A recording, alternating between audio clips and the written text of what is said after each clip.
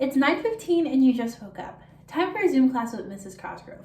But first, let me get breakfast. 20 minutes later, I'm hungry. Let me grab a snack. Mr. Cody is droning on in Yukon philosophy.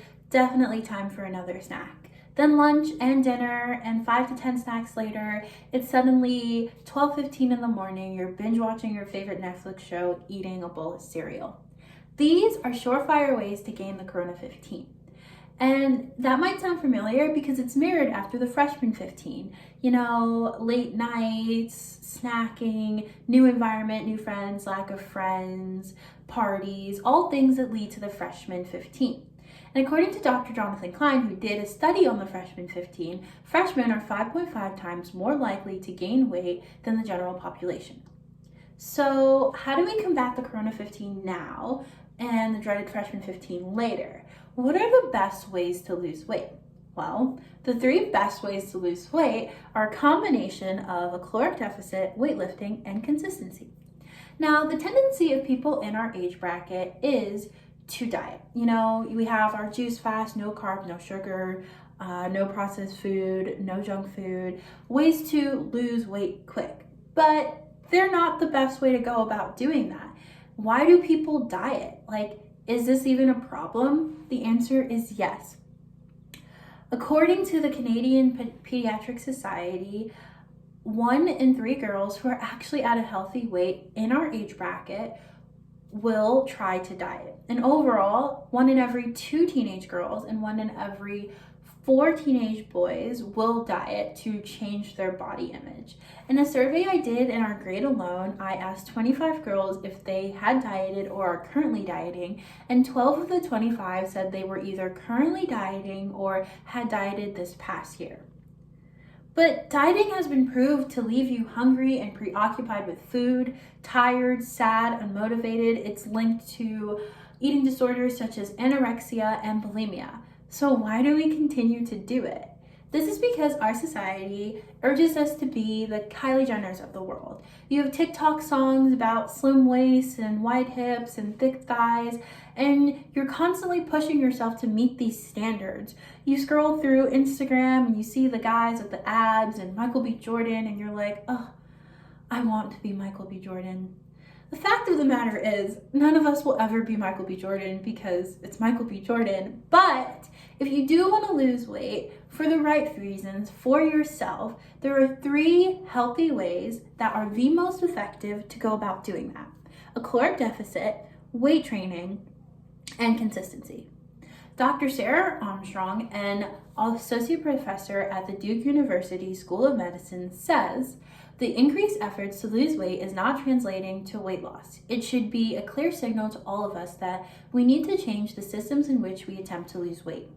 She later goes on to state that a caloric deficit is the best way to start this process. A caloric deficit is any shortage in the amount of calories consumed relative to the amount of calories that you need to maintain your weight. So for example, if you weigh 130 pounds and you're 5'6", the amount of calories you need to eat a day to maintain your weight is 1,900 calories. But let's say you wanted to lose a pound a week. Instead of eating 1,900 calories a day, you would eat 1,400 calories a day, thus putting yourself in a caloric deficit. Now, the thought of tracking your calories may be daunting, and it's actually why a lot of people stray away from this method. But there is an app that helps you do this in a way that is easy and effective. It's called MyFitnessPal. This chart here is the macros of everything that you eat in a day: carbohydrates, fats, proteins. It helps you not only track your calories, but tells you whether you're eating the right stuff.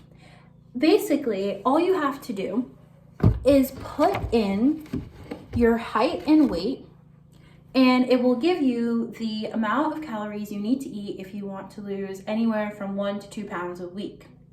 I personally highly recommend this app and the first part of the plan because I've been in a caloric deficit for about 28 days and I've lost 14 pounds from this first part of the plan alone. And MyFitnessPal has made it so much easier so that I'm not completely consumed in tracking my calories and I can focus on my goals. But eating less and healthier sounds like a diet. And that is why the next step separates this from that: lifting weights. According to Dr. Samantha, a nutritionist focused in physical health, high intensity strength training has been shown to be the most effective way to enhance fat loss and increase muscle mass.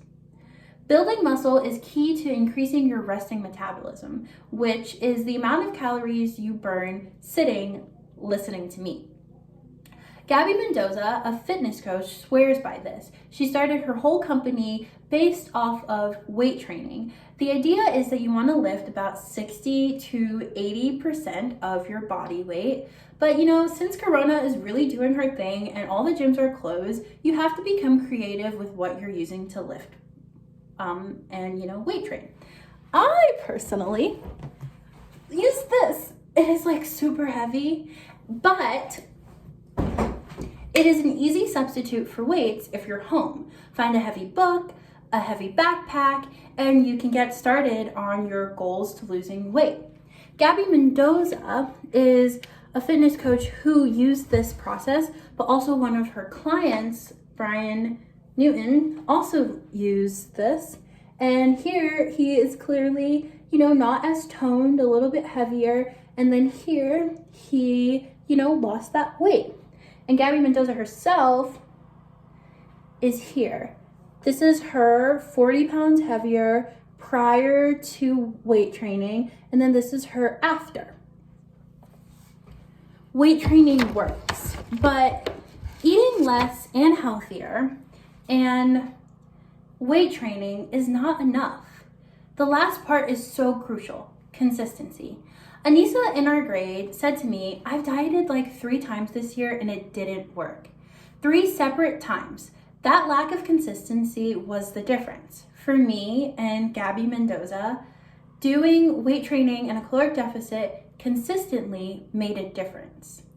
So as these 2 weeks turn into a month and the Corona 15 is inching its way on all of us, I encourage you to do what you can to keep it away in the best way possible. A caloric deficit, taking 1 or less snacks, weight training, using your book or backpack, and consistency.